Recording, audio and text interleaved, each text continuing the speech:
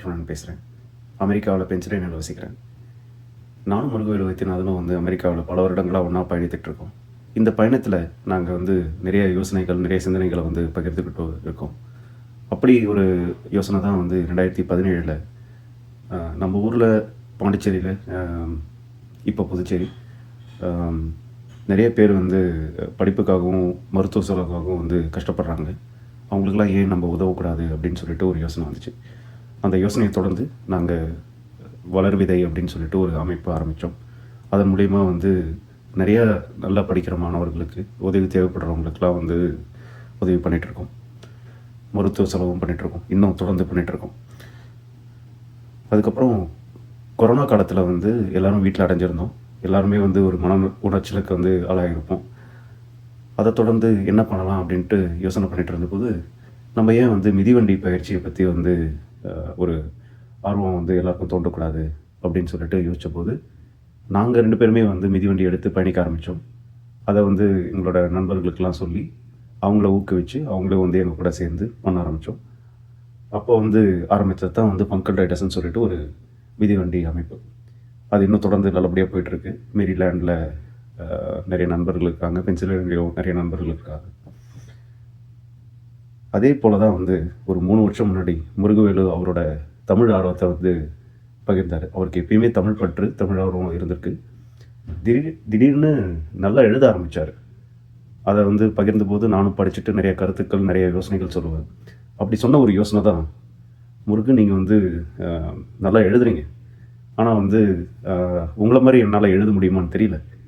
நீங்கள் உங்களை மாதிரியே தமிழ் ஆர்வம், தமிழ் பற்று, தமிழ் திறமை, எழுத படிக்க உள்ள திறமை இருக்கவங்களை கண்டறிந்து அவங்க கூட பயணிக்க ஆரம்பிங்க அப்படின்னு சொல்லிட்டு ஒரு யோசனை சொன்னேன். எனக்கும் தமிழ் ஆர்வம் நிறையா இருக்குது. ஆனால் முருகளவுக்கு எனக்கு திறமை கிடையாது தமிழ் எழுதுறதுக்கு. படிப்பேன் நல்லா. அந்த யோசனை பொறித்தட்டி தான் முருகு இப்போ நடவுன்ட்டு ஒரு அமைப்பு ஆரம்பிச்சிருக்காரு. அதில் எனக்கு அமைப்பு விரிவாக்க பொறுப்பு கொடுத்துருக்காரு. அதை நான் நல்லபடியாக செய்வேன்ட்டு எனக்கு நம்பிக்கை இருக்குது. இப்போ நான் சமீபத்தில் புதுச்சேரி சென்ற போது பாண்டிச்சேரி டெக்னாலஜிக்கல் யூனிவர்சிட்டியோட துணைவேந்தர் முனைவர் திரு எஸ் மோகன் அவர்களை சந்தித்தேன். அவரும் நிறைய யோசனைகள் சொன்னார். இதை எப்படி விரிவாக்கலாம், எப்படி நிறைய விஷயங்கள்லாம் பண்ணலாம் அப்படின்னு சொல்லிட்டு. ஸோ அவருடைய யோசனைகள்லாம் நாங்கள் எடுத்துகிட்டு பண்ணலான் இருக்கோம். அதே மாதிரி இங்கே நிறைய பேர் இருக்கீங்க, நிறைய பெருமக்கள் இருக்கீங்க. உங்களுடைய யோசனைகள், உங்களுடைய சிந்தனைகள்லாம் நம்ம செயல்படுத்துவோம்.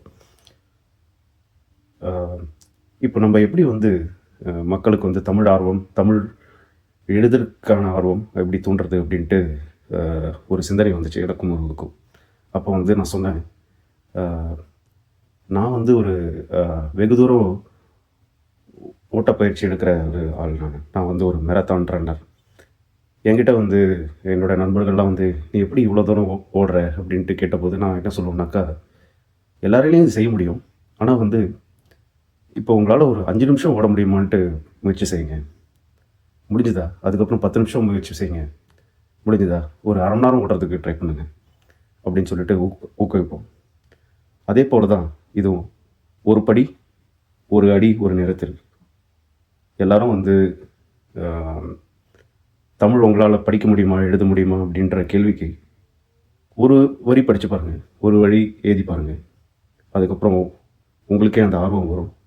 அதை நீங்கள் மேற்கொள்வீங்க, எங்களோட சேர்ந்து பயணிப்பீங்க.